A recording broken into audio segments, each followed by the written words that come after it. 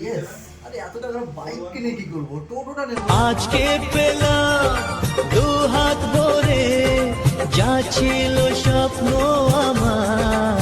কোথায় যাচ্ছ? আপনার বাইক কেনাটা দেখবে না? দেখবে না আমার বাইক কেনা? হ্যাঁ, ঠিকই ধরেছো, বাইক কিনতেই যাচ্ছি।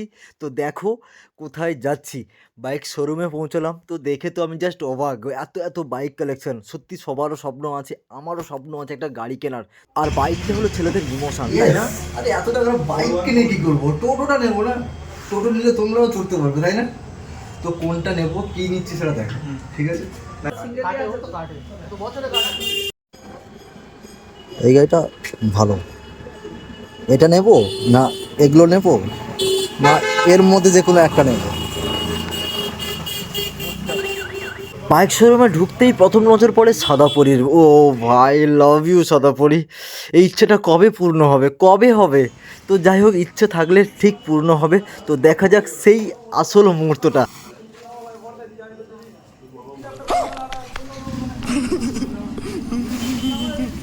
আজকে পেলাম দু হাত ভরে যা ছিল স্বপ্ন আমার। অবাক হলে না? হ্যাঁ, আমিও অবাক হয়েছিলাম, কারণ এটা আমার গাড়ি নয়। বাট এদিকে কষ্টও পাচ্ছিলাম। তো কষ্ট বলে তো কিছু করার নেই, এদিকে আনন্দ হচ্ছে।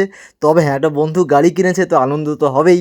তো দেখো আমাকে কেমন লাগছে গাড়িটাতে। তা আমি উঠে উঠে বসলাম। গাড়িটা সত্যি খুব ভালো, হান্টার 350, দারুণ না? তো যাই হোক, কষ্ট করে টাকাটা জমিয়েছিল বন্ধু, তার ইচ্ছে পূরণ করেছে।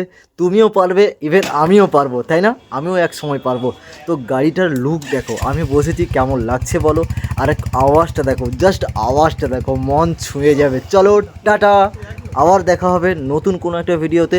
পাশে থাকবে, শেয়ার করো, প্রচুর কমেন্ট করো। আর আমিও কি এভাবে এরকম একটা গাড়ি নিতে পারবো? পারবো গাড়ি নিতে, পারবো হয়তো, ঠিক স্বপ্ন আছে, স্বপ্ন পূর্ণও হবে। টাটা।